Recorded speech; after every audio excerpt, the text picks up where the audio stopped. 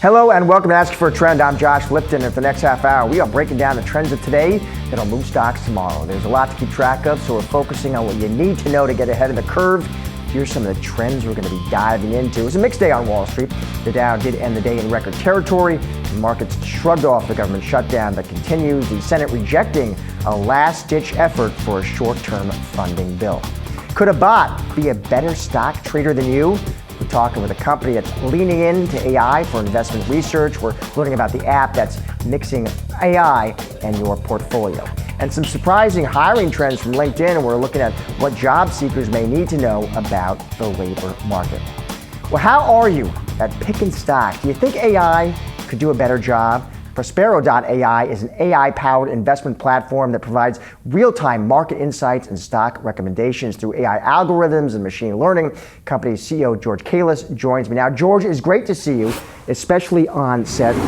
So listen, we talk a lot on the show about AI. It's already impacting sectors, markets, different industries. You obviously think it could really impact investing. Talk a bit about your app and how it works, George. So I come from the institutional world, and I worked at my first hedge fund when I was 17, and even on the buy side, I felt pretty disadvantaged versus the larger guys. So I've worked in AI for 15 years now, and what I've really been focused on are like underlying market equations. And so a lot of what we do is just visualize what institutions are doing in real time, make it simplified for retail investors, and try to help anyone pick stocks like a pro. And not only do we have that, we have newsletters that basically teach portfolio management around the 10 signals that we've built. And what we like to say is we can explain a stock completely with those 10 signals without really overwhelming people. How does the AI, George, in simple terms, how does it actually work though? How's it picking stocks? Is it technicals, sentiment, fundamentals? Walk me through it. All of the above, yeah. Right? A lot of what we use AI for is organizing information and adjusting in real time. So we have foundational algorithms that will take something like net option sentiment, which is summarizing the short-term options markets, and we'll do things to intelligently tag what we call robotic signatures. So kind of like the opposite of an option sweep order. We're looking for methodical movements across many different strikes, across many different expirations. And then we're looking for a lot of behavior in volume, in open interest. And then we actually ask the AI, based on market conditions, to figure out how to weigh that stock and represent that signal in a given day. And that's all up to the AI and what it's learned based on the relationship between the market and the signals going back and then forward. There are other AI trading platforms, George. What kind of makes you all different? What's the competitive advantage? Is it the algorithm? Is it the data sources? So I think the primary thing that really makes us different is we're actually focused on intelligence that helps anyone have better outcomes. You know, a lot of these things are either building portfolios in an automated way or picking stocks. And, you know, I use all the same tools that everybody else. And if you ask like an LLM or if you ask GPT to rank stocks, what they'll often do is they'll give you the biggest upside stocks and they won't understand risk. And so what we're really trying to do is we're trying to filter down the information, take the best of AI in terms of how to interpret the information, elevate certain stocks based on those signals, and then teach people how to manage portfolios with those signals. Because what a lot of people will tell you, even at the best hedge funds, is that people are still using data to make better decisions than fully automated systems. So we are trying to empower retail investors in a very similar way. And what's the app's performance like, George? Is it consistently outperforming the broad gauge? I mean, what we do is we give people signals in the app, but you can go on Republic, we're running a crowdfund right now, and see the reviews. People using the signals have gotten great results. We've seen people, multiply their traders multiplying their results on a higher level by like 50%. We've seen people find 300, 400% gainers that they wouldn't have had otherwise. But to show people how to use it, we've been making newsletter picks that we give away for free for the last 4 years. Those picks have been beating the S&P by an average of 67%. It's a paper trading portfolio, but it's still very powerful. And we've done things like got into Meta at 170, we got into AppLovin at 112, we got into ASTS, I think for the first time when it was at 15. Mm-hmm. This is the AI showing signals that are elevating the stocks that tell us, wow, this has big potential based on especially where we see institutions betting in size in the options market. So I got to ask you, what are the picks now? The picks now, I mean, right now, some nuclear names, LEU and UUU are I'd say those are the strongest in the signals in terms of, what we see as potential. We also really like Baidu, Alibaba. Some of those Chinese stocks have been doing very, very well in our metrics recently. And we just added INOD. That just recently came up, big momentum in our system. And then if you kind of pull back, we love the qualitative story. They've got a unique position in the AI space. They're growing really, really fast. And what we do is what we tell our users to do, which is a lot of the times the signals flag these. And they flag them in, whether it be options momentum, sometimes it's, thesis built around, where analysts are trading, combined with, we're raising their estimates around those things. And it just kind of, we use these signals. Sometimes it's social sentiment, sometimes it's elevation in the dark pool. Those are just 10 of our different ones. And then we say, hey, I can see why this makes sense. And that's how we come to the names. That's how we have a lot of our biggest gainers. But a lot of the times it's like the signals, screaming that these are great opportunities, and we're just checking them. George, great to see you, especially on set. Thanks for your time. Thank you. Stick around, much more for a trend still to come.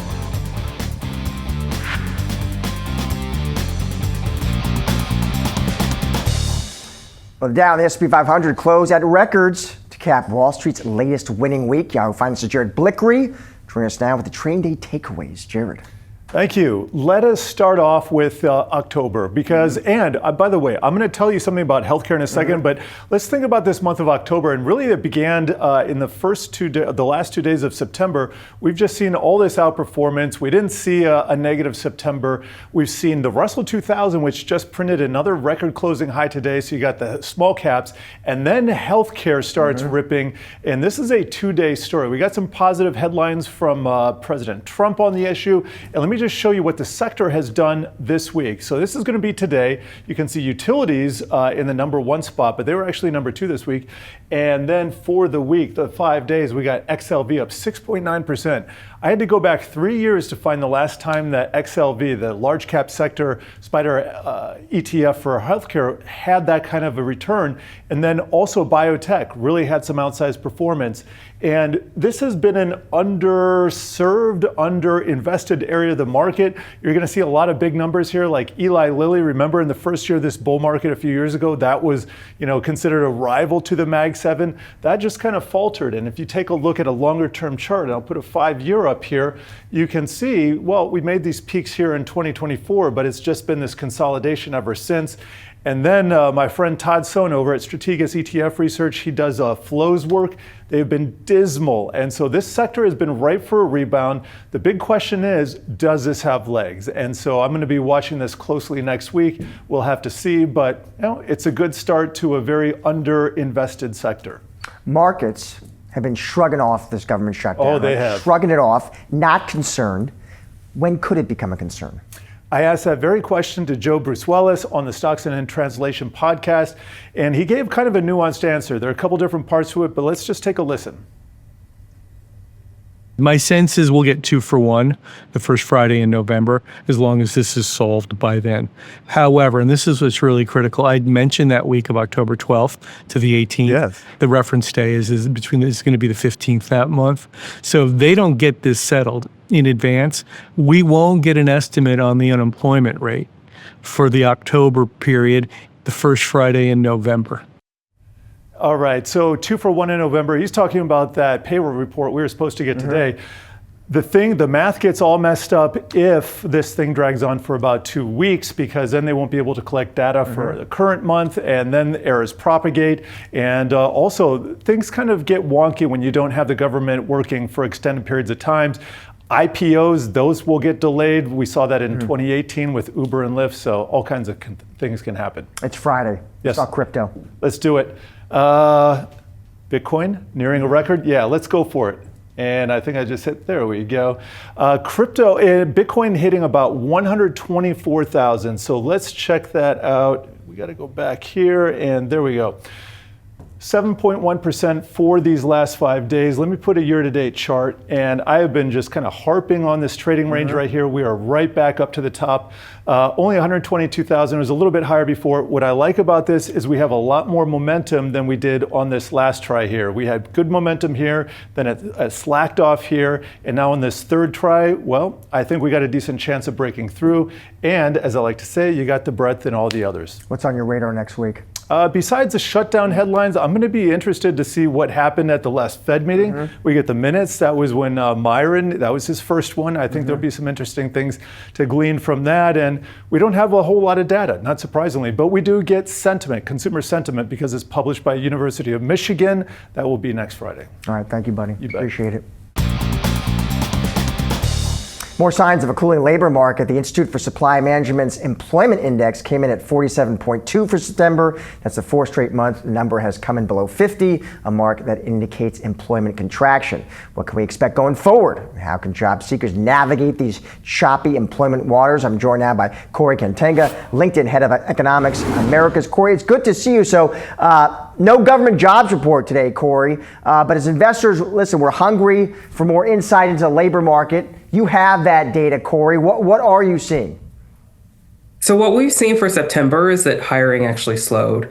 On LinkedIn, we monitor hiring through members' profiles. Every time someone updates their profile, that's a signal to us that they've been hired, and we track that over time. And we've seen that actually come down by about 4% from August to September, and it's down about 9% compared to last year. We also track folks quitting, because if there aren't opportunities, people don't have the chance to leave and go to another job. And that slowed as well by about 4%. We're also tracking applications per hire, which gives you a sense of how competitive is the market. If there's a lot of jobs and few applicants, that's a great market for job seekers, tough market for employers. We've seen that number come down as well. So September LinkedIn labor market data is showing signs of slowing. Why is the labor market slowing, Corey? So we have seen a labor market that's been slowing for the past 3 years, actually. The big shift in the labor market came when the Fed started raising interest rates. That really brought a lot of caution to the market for hiring. Employers sharply slowed hiring in the first few months after interest rates went up, and it's been slowing ever since. So really that was the catalyst for the hiring slowdown. This year, we are starting to see a bit of a change in what's driving that, because we start to see some stabilization at the end of last year in our data. But now that slowdown has started again, and partly probably due to uncertainty, just uncertainty among businesses about what the economy is going to look like. So they're not willing to commit to hiring right now. Greg Ip, Corey, I don't know if you saw, he has a new piece in the Journal, and he was writing that GDP and employment do occasionally go in different directions, but rarely, he says, by this much. What explains that divergence, Corey, do you think?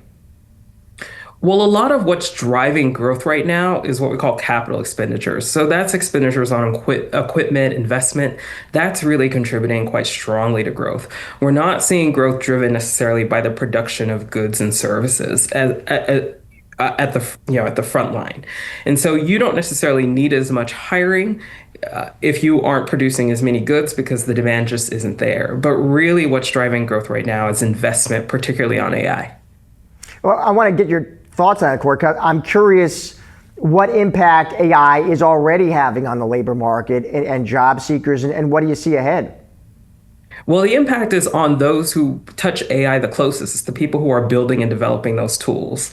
On LinkedIn, we see their hiring outpacing overall hiring by upwards of 20%. So it's really for those who are building and maintaining the tools that we see the biggest impact. It's interesting. I've heard some people, Corey, they put it like this. They say AI won't take your job, but somebody who knows how to use AI tools, they might take your job. Do you agree with that? That's certainly a risk for job seekers. And so we do see more job postings on LinkedIn where employers are asking job seekers to know how to use AI. So it's not just that you use the tool, but you can actually understand what's going in, understand what's coming out, and what are the actual tasks that you should apply it to in your job. So employers are increasingly looking at that for employees. So it is certainly something to watch out for in the future. How do you think, last question, Corey, I'm just curious, the absence of this government jobs report, the absence of this data, how do you think it might impact the Fed? So the Fed is going to be looking for whatever signals they can to get a sense of how much the labor market is in balance. So, for example, on LinkedIn, you can see jobs per applicant.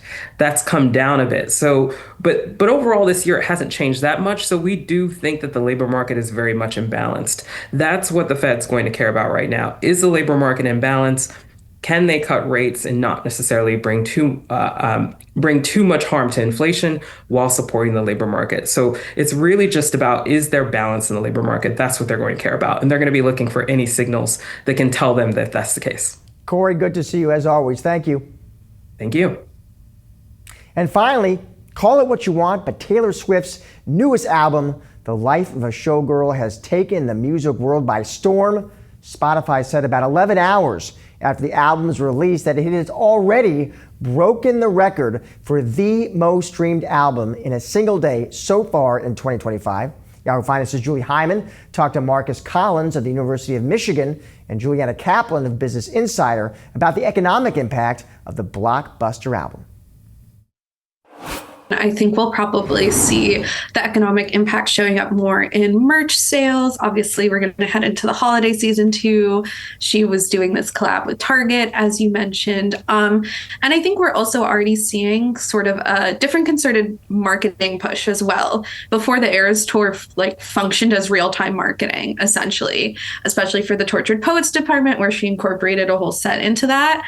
Already, we're seeing her doing quite a few interviews and media hits, which has not happened in several years for a Taylor Swift album. So in some ways, it's actually going back to a more traditional sort of like marketing economic impact style of album release, right? That you might see from an artist who isn't Taylor Swift, which I think is interesting to see how that will play out, considering just how huge she's grown and how, almost like a distortionary bubble the Eras Tour effect was. Marcus, as somebody who studies this stuff, I'm really curious on your perspective on how Taylor Swift did this, right? How did she build herself into this marketing juggernaut? What were sort of the key steps that made her different from other artists out there? Originally, I would say that Taylor focused on her fans. She's had hit records for a long time, like well over a decade.